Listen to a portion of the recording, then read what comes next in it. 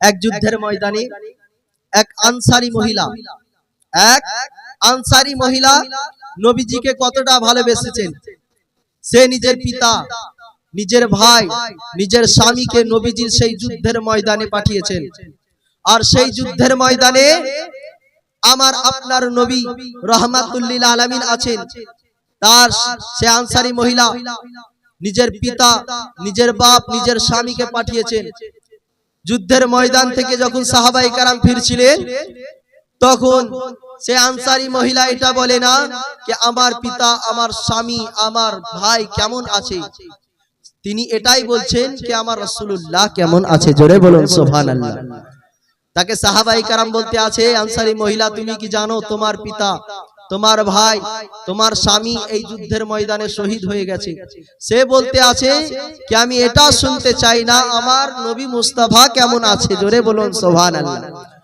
সেই যুদ্ধের ময়দানে আপনার নবী মুস্তাফাকে খুঁজতে আছে। সে জানে তার পিতাকে হত্যা করে দেওয়া হয়েছে, সে জানে তার স্বামীকে আপনার শহীদ করে দেওয়া হয়েছে, সে জানে তার ভাইকে শহীদ করে দেওয়া হয়েছে। সে সব কিছু বলতে আছে আমার নবী মুস্তাফাকে দেখাও, আমার নবী মুস্তাফাকে দেখাও। জোরে বলুন সুবহানাল্লাহ। যতক্ষণ পর্যন্ত তাকে নবী মুস্তাফাকে দেখানো হয়নি ততক্ষণ পর্যন্ত নবী নবী করতে আছে। জোরে বলুন সুবহানাল্লাহ। যখন নবী মুস্তাফাকে দেখলেন সে আনসারী মহিলা বলতে আছে ইয়া রাসূলুল্লাহ, ইয়া হাবিবাল্লাহ, নবী গো, যত কষ্ট ছিল, যত দুঃখ ছিল, বেদনা ছিল, ইয়া রাসূলুল্লাহ আপনাকে দেখার পর আমার সব কিছু শেষ হয়ে গেছে। জোরে বলুন। তাহলে কতটা ভালোবেসেছেন দেখেছেন। আমার আপনার নবীকে নিজের পিতা মাতার থেকেও, নিজের জানের থেকেও, নিজের আত্মীয় স্বজনের থেকে, ছেলে মেয়ের থেকেও, প্রত্যেকটি জিনিসের থেকেও আমার নবী মুস্তাফাকে ভালোবেসেছেন। জোরে বলুন সুবহানাল্লাহ।